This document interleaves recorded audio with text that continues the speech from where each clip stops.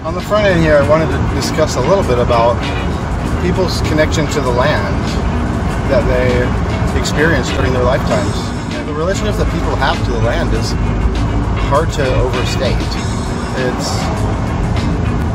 constant. It's every day. It's every moment. And it goes into all aspects of life.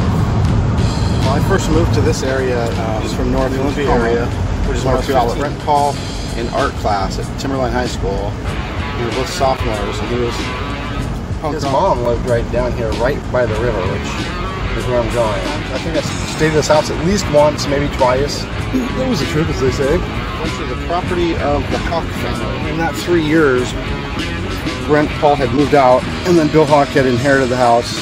They were renting it, and lifted the whole thing up a whole level. Bill Hawk ended up playing bass in the first band I was in, called Brothers Levins, and we got him just by putting a little ad up at the local guitar shop saying, we need a bass player, and he called it, and called the number, and it was us, and he came and practiced. And another coincidence is, I put an ad in the local newspaper, because I was working for the newspaper, for a practice space, saying, we're a band, we need a practice space. And this guy named Leonard called, and he said, hey, I have a garage.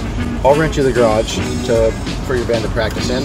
And the interesting thing is, it was just a couple houses down from that house that Bill Hawk had inherited, and that Brent Paul had lived in, building that was the first band I was in, we practiced in. I was right there. And Leonard lived in the mobile home next to it. And he said that they would jam out. We usually practice from 11 till 2, 3 to 4 days a week. And Bill Hawk would just walk down from his place, which was right down here. One of the things he did not like about his house was that it was right next to a public fishing spot. And we'll get into fishing rights soon enough. But there's, oh shit, holy crap. It's totally fucking burnt down. I didn't know that. That must have burnt down. I wonder when that happened. Well, holy crap. The house I was talking about, well, this is what's left of it. I seriously had no idea that this is what I was going to find when I drove down here. You know, look, here's the Nisqually River that would flood I was talking about. There's this trestle that Yari and I thought about doing some weird monkey wrenching stuff, but we never did that. But check this out. This is completely burnt out. And when I first got here, there was no ground floor. That part didn't exist. And the top part was on the ground. And the bedroom was in the back. The kitchen was right. Let's see. That would have been the kitchen there. And the front room. There was a deck here. We recorded. The first time I did a recording of an album was in that basement right there. It was completely burnt out.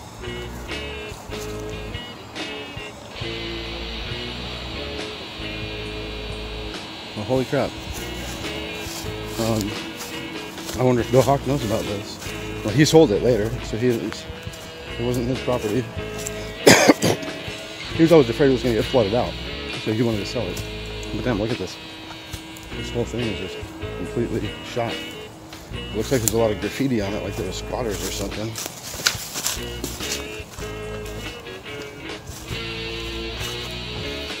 Damn. We would walk through that when I was recording. We'd come and knock on there. Actually, I'll show you pictures of right in there of me and my brother and a high school friend taking pictures when we were recorded in there. And so it'll be up on the screen. Sheesh, that's really weird. I can smell it, like it just happened. This is recent. I'm gonna have to look in the newspaper. Wow. You guys have an idea when this burned down? 2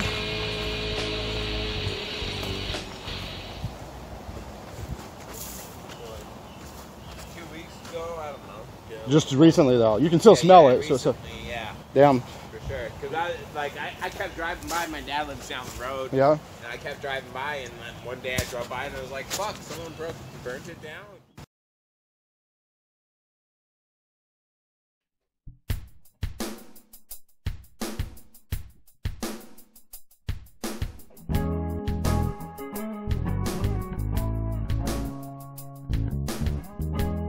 So like I was talking about was connection to land. And years after the Madison Creek Treaty, there was the fishing wars of the 1960s and 70s, and Billy Frank Jr. was here, and he would come down here and fish, supposedly illegally at the time, but this was the part of their traditional fishing grounds. You can see behind me, like it's the Nisqually River, beautiful place. It goes into the Puget Sound from Mount Rainier, and I've seen this water so much higher than this, like all the way up to where I'm standing, high, and even more than that. It's flooded the house a couple times. But I mean, when you get to places like this, you can definitely like see how it was back in the 1850s or even hundreds of years before that in Madison Creek time, and that part hasn't really changed a lot. Everything around it has. And this is public fishing now, so anybody can come down here and fish, which drove Bill Hawk mad. I wonder how that fire happened. There's the trestle. And there's Susie. Hey, Suze. Okay, let's be over. Good girl. All right.